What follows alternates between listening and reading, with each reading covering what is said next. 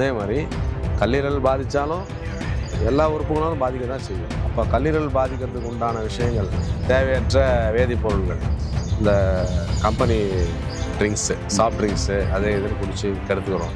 அப்புறம் மது பழக்க வழக்கம், 300 ml நீர் தண்ணி வச்சு இந்த பொடி 10 கிராம் அளவு, அதாவது 2 டீஸ்பூன் அளவு போட்டு வலது கை படுக்கையில் படக்கூடாது. வலது கை படுக்கையில் பட்டுதுன்னா உங்களுக்கு கெட்ட கனவு சொப்பனம் வரும், தூக்கம் கெடும், பித்தம் அதிகமாகவும் எல்லா வியாதியும் வரும். அதனால் ஒரு கழிச்சு படுங்க, எந்த பிரச்சனையும் வராது. வித்தின் 30 days ஆர் 60 daysல பார்த்தீங்கன்னா 2 கிலோமீட்டர் 3 கிலோமீட்டர்லாம் அசால்ட்டாக நடப்பாங்க. படி ஏறி இறங்குறதெல்லாம் மூச்சு வாங்காமல் இருப்பாங்க. ஒரு மாதத்துலேயே கூட பார்க்கலாம். நிறைய பேர் ஒரே மாதத்தில் நார்மலாக இருக்கும்.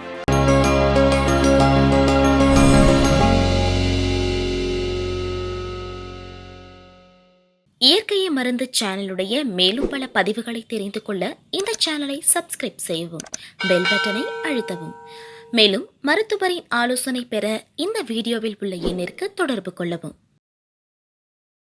இயற்கை மருத்துவர்களுக்கு வணக்கம். நம்முடைய அருகில் பாரம்பரிய சித்த வைத்திய மதிப்புக்குரிய வேண்டேசையா இருக்கார். ஹார்ட் பிளாக் வீடியோ நிறைய போட்டிருக்கோம். பிஃபோர் ஆஃப்டர் ரிப்போர்ட்டும் போட்டிருக்கோம்.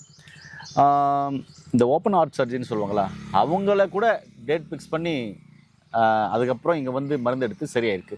அதுவும் பிஃபோர் ஆஃப்டர் ரிப்போர்ட் போட்டிருப்போம். அதனால் என்னென்னா ஹார்ட் பிளாக் உள்ளவங்களுக்குலாம் இந்த வீடியோ ஒரு வரப்பிரசாதம்னு சொல்லலாம். அது என்னன்றதை இந்த வீடியோ உள்ளே போய் நம்ம பார்க்கலாம் வாங்க. நண்பர்களே, நிறைய வீடியோக்களில் மூலிகை வீடியோ போட்டிருக்கோம், செய்முறை வீடியோ போட்டிருக்கோம். அதே மாதிரி இயற்கையான வழிமுறைகள் என்னென்ன மூலிகைகள் இருக்குது, அது என்னென்ன நோய்களை குணப்படுத்துன்றதெல்லாம் நான் நிறைய வீடியோக்களை போட்டிருக்கோம், பார்த்துருப்பீங்க. அதே மாதிரி நிறைய வைத்தியர்களை பேட்டி எடுத்து போட்டிருக்கோம். அவங்களுடைய மருந்துகளை நம்ம ப்ரொமோஷன் பண்ணியிருப்போம்.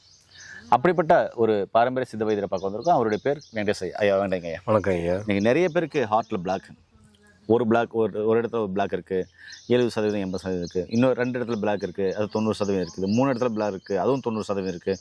4 இடத்துல பிளாக், ஒன்று 60, ஒன்று 70, ஒன்று 90, இது மாதிரி இருக்குது அப்படின்லாம் சொல்கிறாங்க. வால்வு சுருங்கிடுச்சுன்னு சொல்கிறாங்க, ஹார்ட் வீங்கிடுச்சுன்னு சொல்கிறாங்க. இப்படி இருதயம் சார்ந்த பிரச்சனைகளை சரி பண்ணக்கூடிய மருந்து உங்ககிட்ட எக்ஸ்டண்ட்டாக வச்சுருக்கேன். அதுக்கான எக்கோ ரிப்போர்ட்டு பிஃபோர் ஆஃப்டர் நம்ம நேற்று கூட ஒரு வீடியோ பார்த்தோம். அவர் எப்படி ஓப்பன் ஹார்ட் சர்ஜரி போய் அப்புறமா திருப்பி எப்படி உங்ககிட்ட வந்தார். ஏன்னா அவருக்கு வாழ்வாதாரம், அந்த பொருளாதாரம் இல்லை, அதுக்கான தேவையான மணி இல்லை. அப்படின்றதுனால திருப்பி உங்ககிட்ட ஒரு 10 நாள் அவங்க ஃபிக்ஸ் பண்ணின்னு அது ஒரு 10 நாளாவது மருந்து சாப்பிட்டு பாருங்கள் அப்படின்னு உங்கள் துணையார் சொல்லும்போது நீங்கள் எடுத்து அதுக்கப்புறம் இன்றைக்கி ரொம்ப நல்லா இருக்காரு அப்படின்றபோது அது ரிப்போர்ட்டோட வீடியோ கொடுத்தாரு. ஆமாம். இன்றைக்கி ஹார்ட்டில் நிறைய பிரச்சனைகள் வருது, நிறைய கம்ப்ளைண்ட்கள் வருது. இதனால் நிறைய மருந்து மாத்திரைகள் எடுக்க வேண்டிய சூழ்நிலை இருக்குது. சரி, ஹார்ட்டில் பிளாக் ஏன் வருது, ஹார்ட் சம்பந்தமான பிரச்சனைகள் ஏன் வருது, இந்த ஃபஸ்ட்டு சொல்லுங்கள். ரெண்டாவது, உங்ககிட்ட இருக்கிற ரொம்ப அற்புதமான மருந்து ஒன்று இருக்குல்ல, அதையும் மக்களுக்கு புரிகிற மாதிரி தெளிவாக சொல்லுங்கள். இதுக்கு முழு காரணம் அது என்னன்னு சொன்னோம்னா, அந்த இருதயம், அது ஒரு ஆர்கன். அந்த இருதயத்துக்கு தேவையான சத்து குறைபாடு, ரூட் காஸ், வேறு என்ன பிரச்சனை அப்படின்னு சொன்னோம்னா அந்த இருதயத்துக்கு உண்டான சத்து குறைபாடு. அந்த சத்து குறைபாடு ஏன் வந்துச்சு அப்படின்னா, அந்த எல்லா உறுப்புகளுக்கும் அவயங்களுக்கும் ரத்த ஓட்டம் இன்றியமையாது. நம்ம ஏற்கனவே நிறைய சொல்லியிருக்கோம். அப்போ இருதயத்துக்கு உண்டான சத்து அது எங்கேருந்து எடுத்துக்கோம், ரத்தத்துலேருந்து தான் எடுக்கணும். அப்போது ரத்தத்தில் அதுக்கு தேவையான சத்து பொருள் குறைவாக இருக்குது, அல்லது தேவையற்ற கழிவு பொருள் அதிகமாக இருக்குது. இந்த 2 தான் அந்த இருதயம் சார்ந்த கார்டியாக் ப்ராப்ளம்னு சொல்லுவோம்.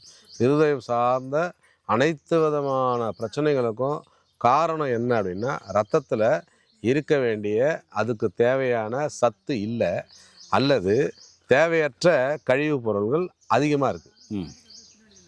அப்போது இருதயம் பிரச்சனை அப்படின்னா, இருதயத்துக்கு ட்ரீட்மெண்ட் கொடுக்குறத விட ரத்தத்தை சுத்தம் பண்ணி அதுக்கு தேவையான சத்துக்களை கொடுத்தாலே அது தன்னைத்தானே புதுப்பிச்சுக்கும். நம்ம சித்தர்களுடைய கான்செப்டே அதுதான். நம்ம இருதயம் பிரச்சனையா அப்படின்னா இருதயத்துக்கு உண்டான விஷயங்களை பண்ண மாட்டோம். ரத்தத்தை சுத்தம் பண்ணுவோம், ரத்தத்தில் இருக்கிற தேவையற்ற பொருள்களை கழிவுகளை நீக்கணும், சத்தை கொடுக்கணும்.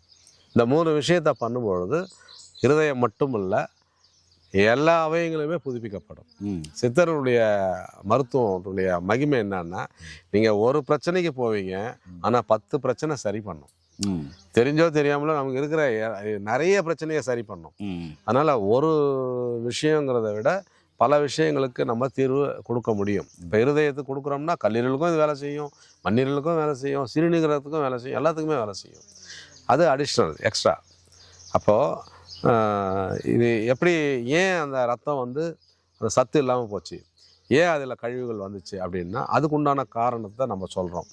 அதை கொஞ்சம் ஸ்ட்ரிக்டாக ஃபாலோ பண்ணுங்க. அதாவது ஸ்கிப் பண்ணுறது, பசி எடுக்கும் போது என்ன பண்ணுறோம்னா தள்ளி போடுறோம், இதுவும் ஒரு காரணம். அப்போ எப்படி தள்ளி போடுறோம் அப்படின்னா அந்த நேரம் வந்து வேலை இருக்கும், முக்கியமான வேலை எதாவது செஞ்சிட்ருப்போம். பசி எடுக்கும்போது ஒரு டீ குடிப்போம் அல்லது குடிநீர் குடிச்சிட்டு அதை தள்ளி போடுறோம் பாருங்கள். அப்போ தான் அது வந்து அன்வான்ட் ஃபேட் அங்கே க்ரியேட் ஆகுது, தேவையற்ற கொழுப்பு சத்து. அப்போது எப்போல்லாம் நீங்கள் அந்த பசிங்கிற உணர்வை அதை கேர் பண்ணாமல், அதை கவனிக்காமல் தள்ளி போடுறீங்களோ அப்போது தேவையற்ற கொழுப்புகள் ரத்தத்தில் அதிகமாகும். அதே மாதிரி அன்வான்ட் ஃபேட் மட்டும் இல்லை, அன்வான்ட் குளுக்கோஸாகவும் கன்வெர்ட் ஆகும். சர்க்கரை வியாதியும் அதனால தான் வருது. பசிக்குதா, ஏதாவது நல்ல சத்துள்ள ஆகாரமாக எடுத்துக்குங்க, அதை ஸ்கிப் பண்ணாதீங்க, தள்ளி போடாதீங்க, அல்லது வேறு ஒரு பொருளை போட்டு அதை அமுக்காதீங்க. அந்த பசி உணர்வை அதாவது இந்த ஆசிட்லாம் டைலூட் ஆகிடும். தண்ணி குடிச்சிங்கன்னா அந்த திரவம்லாம் டைலூட் ஆகிடுச்சுன்னா அதுக்கப்புறம் பசி அடங்கின பிறகு நீங்கள் சாப்பிட்றது மொத்தமே செரிக்காமல் போனால் அது தேவையற்ற கொழுப்பாக மாறுது. காரணம் இதுதான். அப்போது நம்ம இதை இருதயம் சார்ந்த விஷயங்கள் நம்மளாக தேடிக்கிறது தான். அதுபோல் வேதிப்பொருட்கள் எப்படி கல்லீரலுக்கு சொன்னோமோ அதே மாதிரி கல்லீரல் பாதித்தாலும் எல்லா உறுப்புகளும் பாதிக்க தான் செய்யும். அப்போ கல்லீரல் பாதிக்கிறதுக்கு உண்டான விஷயங்கள் தேவையற்ற வேதிப்பொருட்கள், இந்த கம்பெனி ட்ரிங்க்ஸு, சாஃப்ட் ட்ரிங்க்ஸு அது இதுன்னு குடித்து கெடுத்துக்கிறோம். அப்புறம் மது பழக்க வழக்கங்கள், அது மாதிரி அதெல்லாம் அவாய்ட் பண்ணுங்க. சத்துள்ள ஆகாரமாக எடுத்துக்கோங்க, நல்ல ரெஸ்ட் எடுங்க. உறக்கம் ரொம்ப முக்கியம். ஆனால் கனவு வரக்கூடாது, கெட்ட கனவெல்லாம் வரக்கூடாது, சொப்பனம் வரக்கூடாது. ஒரு கழிச்சு படுங்க, இடது கை கீழே வலது கை மேலே ஒரு கழிச்சு தான் படுக்கணும். ஒரு 5 நிமிஷம் ரிலாக்ஸ் பண்ணிட்டு திருப்பி பொசிஷனுக்கு வந்துடுங்க. மறந்து கூட வலது கை படுக்கையில் படக்கூடாது. வலது கை படுக்கையில் பட்டுதுன்னா உங்களுக்கு கெட்ட கனவு சொப்பனம் வரும், தூக்கம் கெடும், பித்தம் அதிகமாகவும் எல்லா வியாதியும் வரும். அதனால் ஒரு கழிச்சு படுங்க, எந்த பிரச்சனையும் வராது. நம்ம சொன்ன வாழ்வியல் முறையை கொஞ்சம் ஃபாலோ பண்ணுங்கள், கூட இதை எடுத்துக்கோங்க, மீண்டும் வந்துடலாம். எத்தனை அடப்பு இருந்தாலும் ரத்தத்தில் இருக்கிற அந்த கல்மிஷங்கள் அதெல்லாம் சரி பண்ணிக்கலாம். இப்போ எத்தனை அடைப்பு இருந்தாலும் இதுக்கு இந்த மருந்து அற்புதமாக வேலை செய்யறீங்க. ஆமாம் ஐயா. இந்த மருந்து எப்படி எடுக்கணும்னு சொல்லுங்களேன்.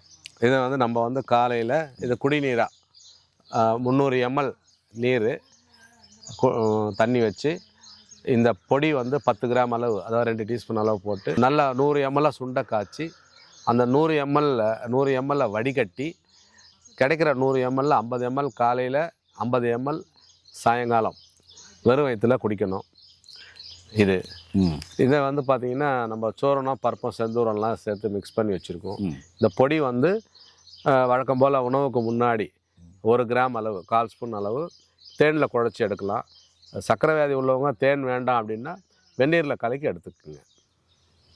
இது எவ்வளோ நாள் கிடைக்கணும் ஐயா? அதிகபட்சம் ஒரு 2 மாதம் ஐயா. ஆனால் மொதல் மாதமே சாப்பிட்டுட்டு நீங்கள் டெஸ்ட் எடுக்கலாம், இசிஜி எக்கோலாம் எடுத்து பார்க்கலாம், தவறில்லை.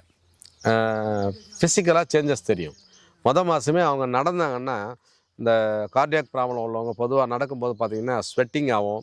ஒரு 10 அடி 20 அடி நடந்தாலே டயர்ட் ஆகிடுவாங்க, கேர் ஆகிட்டு. ஆமாம், மூச்சு வாங்கும், கேர் ஆகிட்டு உக்காந்துருவாங்க. வித்தின் 30 days ஆர் 60 daysல பார்த்தீங்கன்னா 2 கிலோமீட்டர் 3 கிலோமீட்டர்லாம் அசால்ட்டாக நடப்பாங்க. படி ஏறி இறங்குறதெல்லாம் மூச்சு வாங்காமல் இருக்கும் அவங்களுக்கு. 1 மாதத்துலேயே கூட பார்க்கலாம். நிறைய பேர் ஒரே மாதத்தில் நார்மலாக இருக்குது. ஆமாங்க. ஏன் நேர்களே, இப்படிப்பட்ட அற்புதமான மருந்தை பார்த்திங்கன்னா எளிமையாக உட்காந்து சொல்லிட்டு இருக்காரு. அதனால் உங்களுக்கும் ஆர்ட் சார்ந்த பிரச்சனை இருக்கா? அதுக்காக இசிஜி எக்கோ டிஎம்டி எல்லாம் எடுத்து பார்த்து கண்டுபிடிச்சிருக்கீங்களா? ஓகே.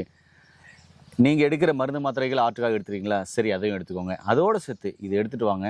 நிச்சயமாகவே ஒரு சில மாதங்களில் நீங்கள் அதிலேருந்து மெல்ல கண்டிப்பாக ரிவர்ஸ் பண்ணிட முடியும். அப்படிப்பட்ட மருந்துகளை தான் காமிச்சிருக்காங்க. இந்த மருந்துகள் படித்த பட்டதாரி மருத்துவ மூலம் உங்களுக்கு கிடைக்கும். கீழே போகிற நம்பருக்கு கால் பண்ணுங்கள். மீண்டும் நிறைய பதிவு சந்திக்கலாம். நன்றி, வணக்கம். வணக்கம் ஐயா. வணக்கம் ஐயா.